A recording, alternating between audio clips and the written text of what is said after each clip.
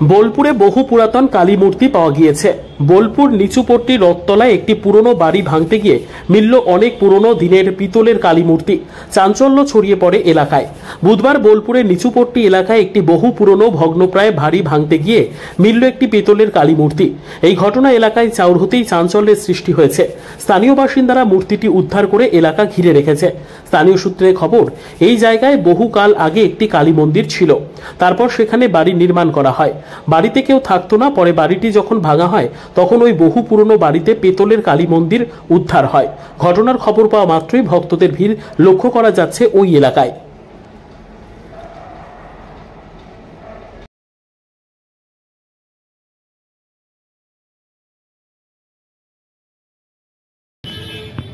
রাত্রে ভাঙছিল, পরপর দুদিন তো ভাঙেছে, কালকে 3 দিন হয়ে গেছে। সেদিন ওর ছেলেটার সঙ্গে ঝগড়া হয়ে গেছে, এটাই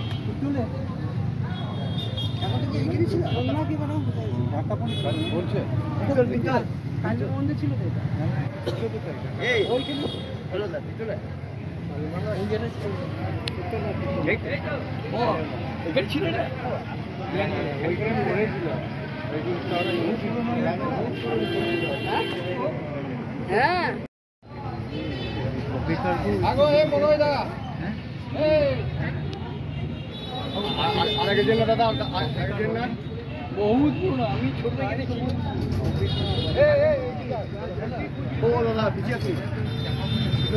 ও কামদেব দা, ভালো আছেন দাদা?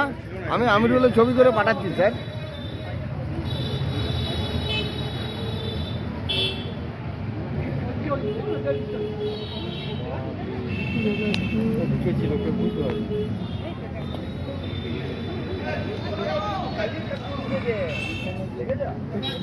মাটি কেটে নিয়ে গেছি তার মধ্যে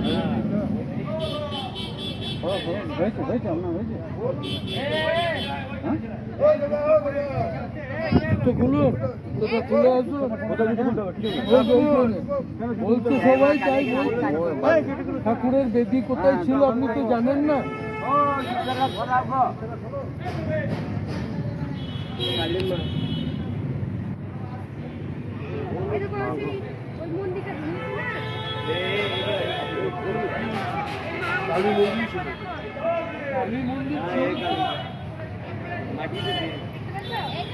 এই মাটি উঠেছে,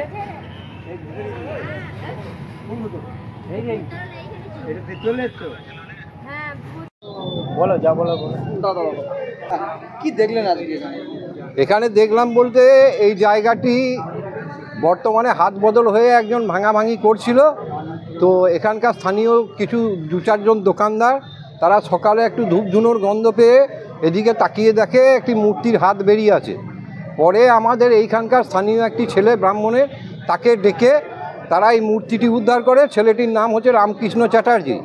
এবং এই মূর্তিটা এখানে দীর্ঘদিন ধরে, বহু পূর্বে সেই সিপাহী বিদ্রোহের আমল থেকে এখানে একটা পঞ্চমুণ্ডির আসন হয়ে কালী প্রতিষ্ঠিত ছিল।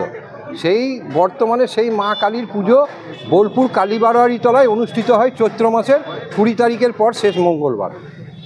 এবং সেই মূর্তির পুজো দেওয়ার আগে আমরা এখানে এই মাটিতে এসে পুজো পাল দিয়ে সংকল্প করে তবে সেই পুজোটা শুরু হয়।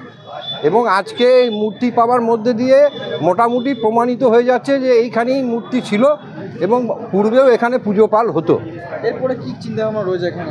চিন্তা ভাবনা বলতে আমাদের তো বহু পূর্বে থেকে ইচ্ছা ছিল এখানে একটা মন্দির করার, কিন্তু বিভিন্ন রকম পরিস্থিতির জন্য জায়গাটি থেকেও হাত দিত না, যেহেতু মায়ের মন্দির আছে বলে। তাই এরা বর্তমানে ভাঙাচোরা করার ফলে মা আবার স্বমহিমা নিজের জায়গায় ফিরে এসছে। জায়গাটা কাজ ছিল এটা? এটা বহু পূর্বে ছিল, জায়গার তখন মালিকানা ছিল না। পরে ভারতীয় সেটেলমেন্ট জরিপ হওয়ার পর এর মালিকানাটা যায় মেমারির বিষয়ীদের হাতে।